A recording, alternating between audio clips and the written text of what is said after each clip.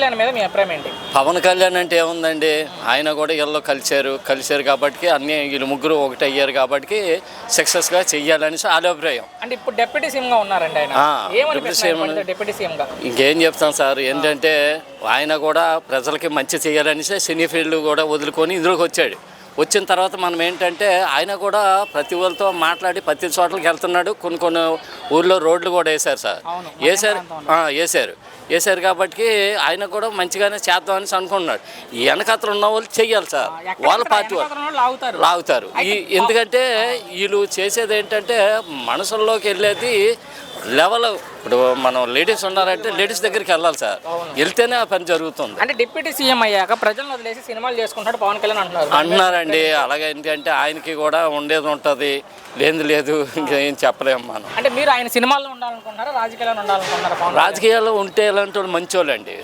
Cine field అంటే ఆయన ఇన్ని రోజులు బట్టి సినీ ఫీల్డ్ వచ్చారు, జనాలకు ఏదో మంచిది చేద్దాం, సేవ చేద్దాం, ఇంకా ఇలాంటి ప్రభుత్వాలు మనకి ఉండకూడదు. మనం కూడా ముగ్గురు ఒకటి అయ్యి కలిసికట్టుగా చేద్దాం, ఇంకో 15 సంవత్సరాలు మనమే ఉందామన్న వెళ్తున్నారు. కానీ కొన్ని దగ్గరికి అయితే లేడీస్ దగ్గరికి అయితే కొన్ని తీసారు కదా సార్, వాటి వల్ల కొద్దిగా డ్యామేజ్ జరుగుతుంది. చివరిగా మీ అనుభవంలో చాలా గవర్నమెంట్లు చూశారు కాబట్టి భవిష్యత్తులో పవన్ ఏమైనా ముఖ్యమంత్రి అవుతారా? అవ్వాలండి, ఆయన అయితేనే. ఎందుకంటే ఆయన కూడా ఒక కోరిక ఉంది ఆయనకి కూడా.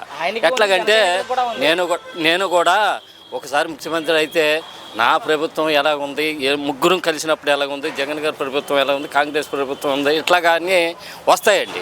అవి వచ్చినప్పుడు మనం ఏంటంటే ఆయనకి కూడా ఒకసారి అవకాశం ఇవ్వాలి. పవన్ కళ్యాణ్ గారు అందరూ బాగా చేస్తున్నారండి ప్రస్తుతానికి అయితే. ఆయన పవన్ కళ్యాణ్ గారు అంటే ఆయన అన్ని రకాలుగా చాలా మంచి వ్యక్తి. ఎందుకంటే ఈ రోజున ఆయన సినీ ఫీల్డ్లోనే నెంబర్ 1. ఆయన ఎప్పుడైనా సినీ ఫీల్డ్లో నెంబర్ 1. ఎందుకంటే ఆయన ఏ రోజైతే వచ్చారో వాళ్ళ అన్నయ్య గారు మించిన తమ్ముడు అయిపోయాడు ఆయన.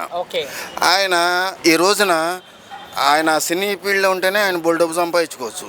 అయినా కాదనుకొని రాజకీయాల్లో ఏదో ప్రజాసేవ చేద్దామని ఆయన ఒక దీంతో వచ్చాడు.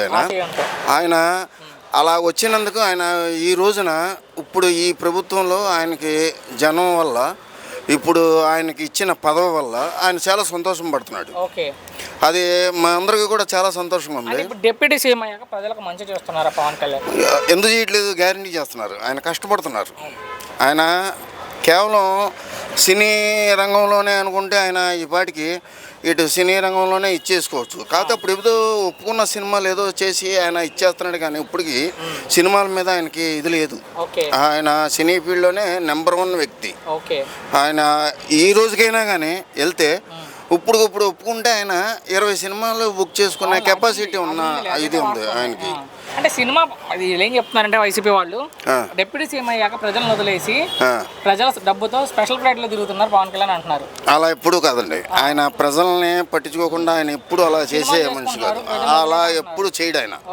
ఆయన అలా చేసుకునేటట్టు అయితే ఆయన అసలు ఈ రాజకీయం ఎప్పుడో వదిలేసి, మొన్న ఆయనకి సీట్లు రాలేదు చూసారా, అప్పుడే వదిలేసి ఇంక ఇది నాకు అనవసరం, నేను సినీ ఫీల్డ్లోనే డబ్బు సంపాదించుకోగలను అనే కెపాసిటీ అనుకుంది. భవిష్యత్తులో ముఖ్యమంత్రి అయ్యే అవకాశం గురించి ఏం చెప్తారు? భవిష్యత్తులో ముఖ్యమంత్రి అయ్యే అవకాశం అంటే మరి అంతా జనం మీద ఇది ఉంది, ఆయన చేసే మంచి పనుల మీద ఉంది. ఆయన ఇప్పుడు డిప్యూటీ సీఎంగా ఆయన చేసే ఈ 5 సంవత్సరాలు బాగా ఇచ్చేసారు అనుకోండి, ఆయన జనం అందరూ చాలా అభిమానిస్తారు, చాలా ఇచ్చేస్తారు. సార్ నేను ఒకసారి నేను పవన్ కళ్యాణ్ గారిలో మాట్లాడతాను చూడండి. నేను కేవలం సినిమాల్లో డబ్బు సంపాదించాలంటే